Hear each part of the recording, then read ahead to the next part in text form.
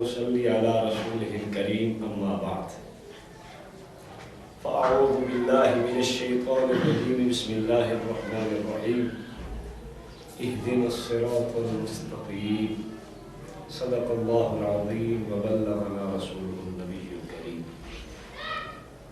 سامعین کرام، اللہ جل جلالہ نے ایک دعا ہمیں سکھلائی ہے کہ جو ہر نمازی اپنی نماز کے اندر کرتا ہے کہ اے اللہ مجھے ہمیں سیدھے راستے پر چلا۔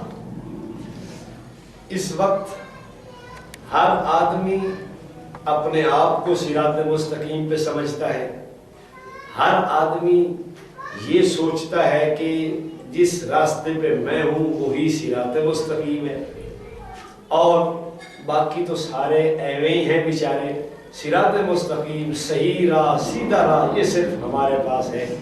غیر مقلدیت اٹھتی ہے تو وہ کہتی ہے کہ صراط مستقیم ہمارے ہاں ہے، اور اگر بریلویت سے پوچھو تو وہ 5-7 طوطے اکٹھے کر کے کہتے ہیں یہ سواد اعظم اور جمہور امت بیٹھی ہے، صراط مستقیم ہمارے پاس ہے۔ امت کے اندر جتنے بھی فتنے دیکھ رہے ہو، اپنے آپ کو وہ صراط مستقیم پر مشہور کرنے کے لیے دلائل بھی دیتے ہیں، براہین بھی رکھتے ہیں، لیکن میں رسول پاک صلی اللہ علیہ وسلم کی 1-2 احادیث طیبات سے آپ حضرات کے سامنے بات ساری رکھنا چاہتا ہوں۔ رسول محترم صلی اللہ علیہ وسلم کا ارشاد گرامی ہے، مشکات شریف میں بھی یہ منقول ہے، اتبعوا السواد الاعظم، کہ جب اختلافات کا دور ہو، اختلافات اٹھے، لوگ ہر طرف سے اپنی اپنی جو ہے نا وہ ڈگڈگی بجا رہے ہو، تو اس وقت کس بات کو دیکھنا ہے؟ سرکار فرماتے ہیں کہ سواد اعظم کو دیکھنا۔ مشکات کے شارح ملا علی قاری شیخ عبدالحق محدث دہلوی رحمۃ اللہ علیہ، ان لوگوں نے اس بات کی وضاحت کر دی کہ سواد اعظم سے مراد علماء کی اکثریت ہے۔ جس مسئلے پر علماء کی اکثریت ہو اس مسئلے کو اپنے لیے حرص جاں بناؤ، صراط مستقیم سمجھو، اس کو تم راہ نجات سمجھ کے چلتے آؤ۔ سرکار دو عالم صلی اللہ علیہ وسلم کے ارشاد گرامی کا مقصد اور مفہوم یہ نکلا کہ وہ مسئلہ ٹھیک ہوگا، وہ مسئلہ صراط مستقیم ہوگا، اس مسئلے کو کامیابی کی اور نجات کی ضمانت سمجھا جائے گا جس پر علماء کی اکثریت ہوگی۔ میں یہ عرض کرنا چاہتا ہوں اپنے مسلمانوں کی خدمت میں بھی اور جملہ قسم کے مسالک کے خدمت کے اندر بھی کہ اپنے لاؤ علماء، تم بھی اپنے علماء لے آؤ، ہم بھی اپنے علماء لے کے آتے ہیں۔ اگر تمہاری اکثریت علماء کی نظر آ جائے تو پھر تو بات ہے، ورنہ اگر ہم ہر مسئلے کے اندر علماء کی اکثریت دکھا دیں، صرف اپنے علماء کی نہیں، میں یہ کہتا ہوں اختلاف ہم سمیٹنا چاہتے ہیں، امت کے اندر لڑائی جھگڑا دیکھنا نہیں چاہتے، اس اختلاف کو سمیٹنے کے لیے آسان سا ایک جو ہے نا نسخہ ہے کہ ایک دیوبندی عالم آئے، ایک بریلوی آ جائے، ایک اہل حدیث آ جائے، غیر مقلدین کی طرف سے بھی ایک مولوی، 3 عالم بیٹھ جائے۔ بھائی آپ 3 علماء بیٹھے ہو، جس مسئلے پہ تم 2 عالم اکٹھے ہو گئے وہ مسئلہ حق اور سچ تصور کیا جائے گا، جس پہ ایک مولوی اکیلا رہ جائے وہ غلط ہے، اس کو نہیں لکھیں گے، وہ صراط مستقیم نہیں ہوگا۔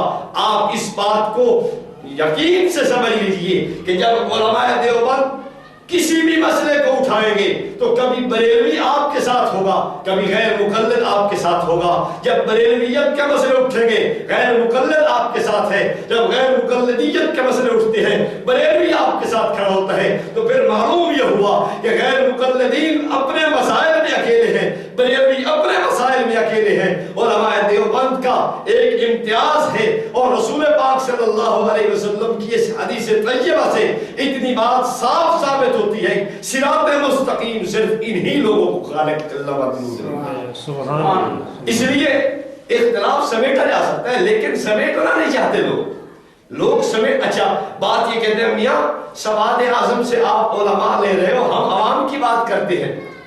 چلو میں یہ کہتا ہوں عوام کی بات بھی کر لیتے ہیں، آپ اپنا بھی طوطوں کا اجتماع دیکھ لو اور ہمارے رائیونٹ کے اجتماع کو بھی دیکھ لو، 5-7 طوطے سارے بدل ہوئے تو سواد اعظم کے اشارہ بڑھ گئے۔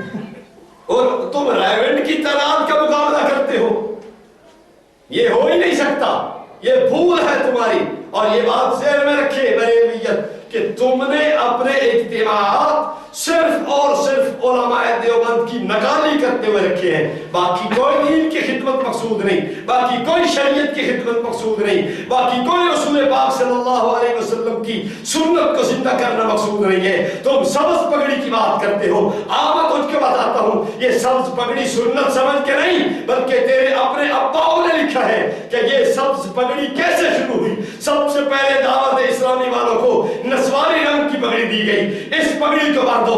جب کچھ آدمیوں نے ان کی ٹھکائی کر دی، اس کے بعد نورانی صاحب نے، نورانی صاحب، آپ کو یہ بھی بتلاتا چلو کہ نورانی کس کو کہتے ہیں؟ یہ بندے دا پوتر نہ ہوئے وہ نورانی ہوتا ہے، یہ نورانی صاحب ہوئے۔ خیر نورانی صاحب نے کہا کہ ایسا کرو آپ نسواری پگڑی چھوڑ کر آپ سبز پگڑی اختیار کرو۔ تو انہوں نے چھتراؤں کے ڈر سے، لٹریشن کے ڈر سے پگڑی کا رنگ بدلا ہے۔ اگر سنت کی تیرے اندر ایک بہت بڑی اہمیت ہوتی تو شروع سے ہی دیکھتا کہ سنت رنگ کون ہے۔ پھر تیرے اپنے اکابر لکھ رہے ہیں کہ سبز پگڑی سنت نہیں ہے، تیرے اپنے اکابر نے رد کیا ہے۔ مجھے یہ سمجھ نہیں آتا، اعلیٰ حضرت کی شکل دیکھو تو اس کے سر پہ سفید پگڑی نظر آتی ہے، اور تاجدار گورڑا شریف جس کو کہتے ہو پیر مہر علی شاہ صاحب، ان کی پگڑی کو دیکھو تو سفید نظر آتی ہے، اور اکابر اپنے کی ان کی پگڑی کو دیکھو سفید رنگ کی نظر آتی ہے۔ پتہ نہیں صحابی پگڑی لب کی دو گئی تو۔ اور اتنی بات ضرور ہے بھائی کہ اس دور کے اندر سواد اعظم کا راستہ اختیار کرنا ہے تو صرف اور صرف علماء دیوبند کا نقش قدم آپ کو لینا پڑے گا۔ علماء دیوبند سے ہٹ کے سواد اعظم نہیں، صراط مستقیم نہیں مل سکتا، آپ کو نجات کا راستہ نہیں مل سکتا، آپ کو کامیابی کے لیے راستہ نہیں مل سکتا، صرف اور صرف آپ کو علماء دیوبند کے ساتھ وابستہ ہونا پڑے گا۔ اس کے بغیر کامیابی تو انسان تصور ہی نہیں کر سکتا۔ ہاں اتنی بات ضرور ہے کہ جو رسول پاک صلی اللہ علیہ وسلم کے دین کے نام پہ اپنے پیٹ کو بھرنا چاہے وہ اپنے لیے دلیلیں بھی تلاش کرے گا، اپنے لیے حجتیں بھی نکالے گا، اپنے لیے براہین بھی تلاش کرے گا۔ مولوی کے لیے دلیل بنانا مسئلہ کوئی نہیں ہوتا۔ مولوی اگر آپ مولویوں کی بات چھوڑیے، مرزا قادیانیوں کے متعلقین کو دیکھ لیجیے، کوئی علم نہیں پڑھا، کوئی کتب کو نہیں پڑھا، لیکن اپنے مسائل کے اوپر ایسے دلائل دیتے ہیں کہ آپ لوگ حیران ہو جائیں گے کہ یار کہاں سے دلائل نکال کے لے آئے ہیں۔ دلیل کا دینا کوئی بہت بڑی ویلیو نہیں رکھتا۔ اگر دلیل کا دینا ویلیو ہے تو پھر شیعت کا مسئلہ بھی حق سمجھنا پڑے گا، پھر مرزائیت کو بھی حق سمجھنا پڑے گا۔ نہیں، ہر دلیل دلیل نہیں ہوا کرتی، ہر دلیل کو دلیل نہیں سمجھا جا سکتا۔ تم ڈکوسلے کے ذریعے اپنے مسلک کو ثابت کرنا چاہتے ہو، نہیں، مسلک کی حق صرف اہل سنت والجماعت کا ہے اور وہ علماء دیوبند کے پاس ہے۔ ہم الحمدللہ وہ دلائل و براہین رکھتے ہیں جو رسول پاک صلی اللہ علیہ وسلم کے فرمائے ہوئے۔ اچھا آپ دیکھیے، آخری بات کر کے میں بات ختم کرتا ہوں۔ حضور پاک علیہ السلام نے ایک بات اور ارشاد فرمائی۔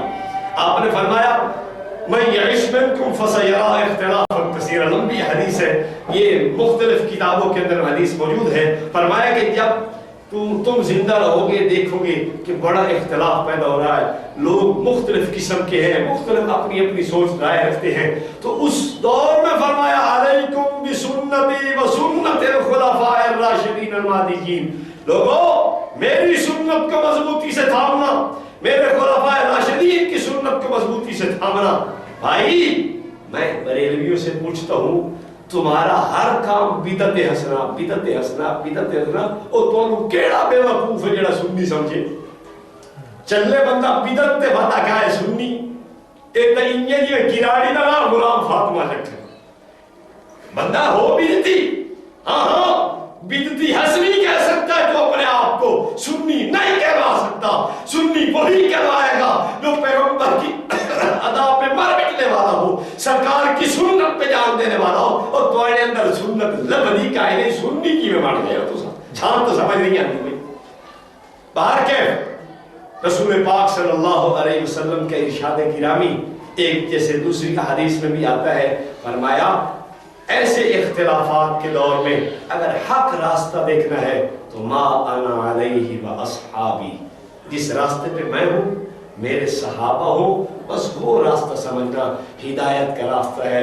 میں آپ سے پوچھتا ہوں کہ بریلویوں، آپ یہ بتلاؤ مجھے کہ تم جو اذان کے ساتھ صلاۃ و سلام پڑھتے ہو، کیا حضور نے پڑھایا، صحابہ نے پڑھایا، اور تھوڑا پیو لکھدا پیا ہے کہ 781 ہجری دے میں شروع پئی ہوتی ہے۔ اس سے معلوم ہو گیا نہ پیغمبر نے سکھایا، نہ سمجھایا، نہ صحابہ نے لیا، نہ صحابہ نے اس کو سمجھا، نہ صحابہ نے امت کو دیا ہے۔ یہ مسئلہ تیرے گھر کی بنیاد ہے، یہ تیرے گھر کا نکلا ہوا مسئلہ ہے، یہ میڈم بریلی ہو سکتا ہے، یہ مدینہ شریف کی سرزمین سے پیغمبر دو عالم نے نہیں دیا۔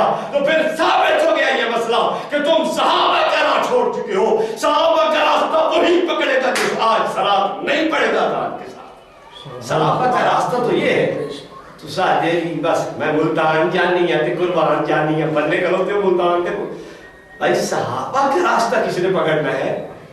میں ان سارے مسائل پہ کہتا ہوں امت کا اختلاف ختم ہو سکتا ہے۔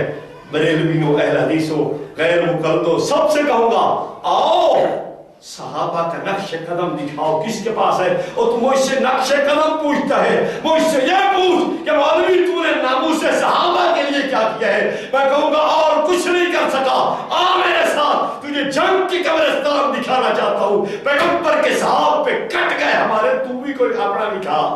اور چوری خور مجنون، تو بھی کوئی دکھا دے کہ صحابہ کے نام پہ کٹے ہو، تم مرے ہو، صحابہ کے لیے قربانی دی ہے۔ یار ہم صحابہ کا اتنا تقدس رکھتے ہیں، ان کی ناموس کا اتنا خیال رکھتے ہیں کہ کوئی زبان کھول کے ہم اس زبان کو گدی سے کھینچنا جانتے ہیں۔ تو سر کے کیتا ہے، وہ کہتے ہیں صحابہ نے نہیں کیا تو کیا ہوا، ہم جو کر رہے ہیں۔ اور آگے بڑھے اعلیٰ حضرت کی یہ فضلہ خور، اعلیٰ حضرت یہ زبان اپنی کتابوں میں استعمال کرتا ہے، ابن تیمیہ کا فضلہ خور بار بار لوگوں کو کہنا شروع کر دیتا ہے۔ ہم بھی کہہ رہے ہیں بریلویوں، اعلیٰ حضرت کے فضلہ خورو، آؤ اس بات کو ثابت کرو۔ میں تمہیں اس بات کے اوپر چیلنج کرتا ہوں کہ رسول پاک صلی اللہ علیہ وسلم سے اپنی ان بدعات کا کسی طرح راستہ تو جا کے جوڑو۔ اگر نہیں جڑتا فَإِن لَمْ تَفْعَلُوا وَلَن تَفْعَلُوا فَاتَّقُوا النَّارَ الَّتِي وَقُودُهَا النَّاسُ وَالْحِجَارَةُ، اگر ایسا نہیں بن سکتا، صحابہ کرام کے دامن سے تمہاری بدعات وابستہ نہیں ہو سکتی، تو پھر کم از کم ان بدعات کو چھوڑ دینا چاہیے۔ یہ کیسے ہو سکتا ہے یار؟ اچھا میں آپ کو ایک بات اور سنا کے بات ختم کرتا ہوں۔ دیکھیے دعا بعد جنازہ کے متعلق عمر عشروی اٹھا لاہور سے، اس نے کہا جنازے کے بعد جو دعا نہیں کرتے وہ دوزخ میں جائیں گے۔ ایک مولوی عبدالرشید رضوی اٹھا ناروان سیالکوٹ سے، اس نے کہا یا تو دعا بعد جنازہ کو تسلیم کر لو ورنہ جہنم میں جانے کے لیے لوٹا بوریا بستر تیار کر لو۔ ایک فیض احمد اویسی اٹھا، اس نے قرآن پاک سے وعیدیں پیش کر دی کہ جو دعا نہیں مانگتا یہ ساری وعیدوں کی زد میں آتا ہے۔ یار حیرت کی بات ہے ان بیچاروں کے اوپر اس بریلی کا اثر ہے کہ جو پاگل خانہ کسی دور میں بریلی کے اندر ہوا کرتا تھا، یہ سارے الودے پٹھے پاگل اکٹھے وہ اثرات اپنے اندر رکھتے ہیں۔ کیوں؟ آپ خود دیکھیں کہ رسول پاک صلی اللہ علیہ وسلم نے جنازے کے بعد دعا کوئی اگر فرمائی ہے تو بتلائیں، حضور سے ثابت نہیں ہے، اور ان کو بھی یہ یقین ہے کہ ثابت کوئی نہیں۔ سرکار نے کون سے الفاظ سے دعا مانگی ہے؟ بریلوی زہر دا پیالہ پی سکتا ہے پر اس گل دا جواب نہیں دے سکتا۔ پاوے اعلیٰ حضرت قبر تو پٹ کے ہی باہر لایا ہوگا کہ ابا جی دسو سانو تو لے گئے جو بندی لگا فرد ہو جاؤ میرے کو کچھ نہیں، یا کہ کچھ اپنی بدعات تلاش کرو۔ میں یہ کہتا ہوں کہ جو دعا نبی پاک صلی اللہ علیہ وسلم نے نہیں بتلائی، نہیں مانگی، اس کے الفاظ تک یاد نہیں ہے لوگوں کو، ہے ہی نہیں یہ الفاظ کتنے ہو رہے، وہ اگر کوئی نہ مانگے تو جہنم میں جائے۔ یار جو دعائیں سکھائی ہے، دودھ پینے کی دعا، پانی پینے کی دعا، وضو کی دعا، بیت الخلاء میں جانے سے پہلے دعا، آنے کے بعد کی دعا، وضو کی دعا، وضو کے بعد کی دعائیں، آپ بتلائیں اگر کوئی آدمی یہ دعا نہیں پڑھتا تو آپ اسے کہیں گے کہ جہنم میں جائے گا؟ کوئی بھی نہیں کہتا. ایک آدمی نے پانی پیا الحمدللہ نہیں کہا تو کوئی بھی مسلمان نہیں کہتا کہ یہ جہنم میں جائے گا. لیکن بریلویت وہ مسلک ہے جو عقل کے خلاف ہے. عقل سے ان کی لڑائی ہے, ازل سے. عقل کے ساتھ تو یہ کبھی مس ٹچ ہو ہی نہیں سکتے. جو دعا نبوت سکھا رہی ہے اپنی زبان مقدس سے وہ کوئی نہیں مانگتا تو جہنم میں نہیں آئے گا. یہ دعا اعلیٰ حضرت بنائیے, اعلیٰ حضرت نے پیو نقی علی خان بنائیے, وہ دعا اگر کوئی نہیں مانگتا تو وہ کہتے ہیں جہنم میں جائے گا. اس سے بڑھ کے آپ اس بات کو بنیاد بڑھا کے ان کے سارے مسائل کو سوچ سکتے ہیں کہ یار دیکھو حضور کی دعائیں سکھائی ہوئی دعائیں اگر کوئی نہیں مانگ سکتا تو وہ جہنم میں نہیں جائے گا. لیکن اعلیٰ حضرت کی بنائی ہوئی دعا اگر کوئی نہیں بتاتا نہیں پڑھتا تو وہ جہنم میں جائے گا. اعلیٰ حضرت کو یہ ویسا بھی بڑا سمجھتے ہیں. مفتی احمد یار نعیمی نے جال حق میں عصمت انبیاء کے متعلق ایک رسالہ لکھا ہے, قہر کبریاء پر منکرین عصمت انبیاء. اس میں لکھا ہے کہ انبیاء سے نسیاناً خطاً گناہ کبیرہ بھی صادر ہو سکتا ہے. اپنے پیو احمد رضا دے متعلق لکھتا ہے کہ او دے کولو اس دے کولو نقطہ برابر خطا نہیں ہو سکتی, اس سے نقطہ برابر خطا بھی نہیں ہو سکتی. اور اپنے ابا جان دے متعلق ایلے چھوڑیا اور انبیاء علیہ السلام ان کے متعلق لکھ دیا کہ ان سے نسیاناً خطاً گناہ کبیرہ صادر ہو سکتے ہیں. آپ نے ان میری 4 معروضات سے یہ بات سمجھ لی ہوگی کہ بریلویت یہ کوئی اسلام کی طرف نہیں لانا چاہتے لوگوں کو, یہ اپنے گھڑے ہوئے مسائل کی طرف لوگوں کو الجھائے رکھنا چاہتے ہیں تاکہ اگر یہ باتیں چلتی رہیں تو سارا ٹکر پاڑی چلتا رہا سی. ورنہ بھوک برسائیں یار یہ بات گل کا ہی بنی 1.5 بجے تک کو خیال رکھنا پڑتا نا. سارا مسئلہ تو پیٹ کا ہے, ٹکر اندر نہ ہو سی تو بندہ کیا کرے سی. بس روٹی کی خاطر یہ اللہ اور اس کے رسول کے دین سے لوگوں کو ہٹانے پہ لگے ہوئے ہیں. اللہ تعالیٰ ہم سب کو صراط مستقیم پر ثابت کر رہنے کی توفیق عنایت فرمائے. واقول قولی ھذا واستغفر اللہ.